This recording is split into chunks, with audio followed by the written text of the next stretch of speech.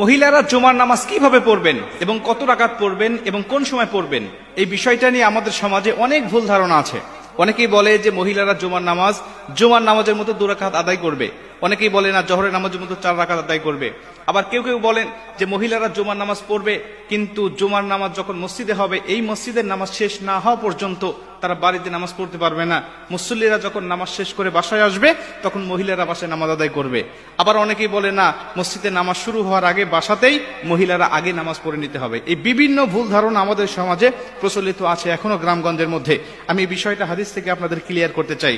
সুনানে আবু দাউদ শরীফে বর্ণনায় আল্লাহ রাসূল সাল্লাল্লাহু আলাইহি ওয়াসাল্লাম বলেন, প্রত্যেকটা মুমিনের জন্য অবধারিত করে দেওয়া হয়েছে, তারা রাসূল সাল্লাল্লাহু আলাইহি ওয়াসাল্লাম বলেন প্রত্যেকটা মুমিনের জন্য আবশ্যিক করে দেওয়া হয়েছে তারা মসজিদে গিয়ে ইমামের পিছনে জামাতের সাথে তারা জুমার নামাজ আদায় করবে। কেবলমাত্র শুধুমাত্র 4 প্রকার ব্যক্তি ছাড়া, এই 4 প্রকার ব্যক্তির উপরে আবশ্যক নয়, তারা বাড়িতে নামাজ আদায় করতে পারবে। এদের মধ্যে প্রথম নম্বর হলো কৃত দাস দাসী, যারা অন্যের অধীনে ছিল, যারা মালিকের অধীনে ছিল। অনেক মালিক ছিলেন, অনেক মুনিব ছিলেন যারা বিধর্মী। কৃত দাস দাসীদেরকে ছুটি দিত না নামাজ পড়ার জন্য, ধর্ম পালনের জন্য। আল্লাহ পাক তাদের উপরে আবশ্যক করেন নেই, তারা বাসায় নামাজ আদায় করলে হয়ে যাবে। 2 নম্বর হলো যারা নারী, এদেরকে বাসায় নামাজ পড়ার জন্য আল্লাহ রাসূল সাল্লাল্লাহু আলাইহি ওয়াসাল্লাম জুমার নামাজ পড়ার জন্য বলেছেন। 3 নম্বরে আল্লাহ রাসূল সাল্লাল্লাহু আলাইহি ওয়াসাল্লাম বলেন, যারা শিশু, ছোট্ট বাচ্চা, যাদের উপরে শরীয়তের হুকুম এখনো কায়েম হয়নি, তারাও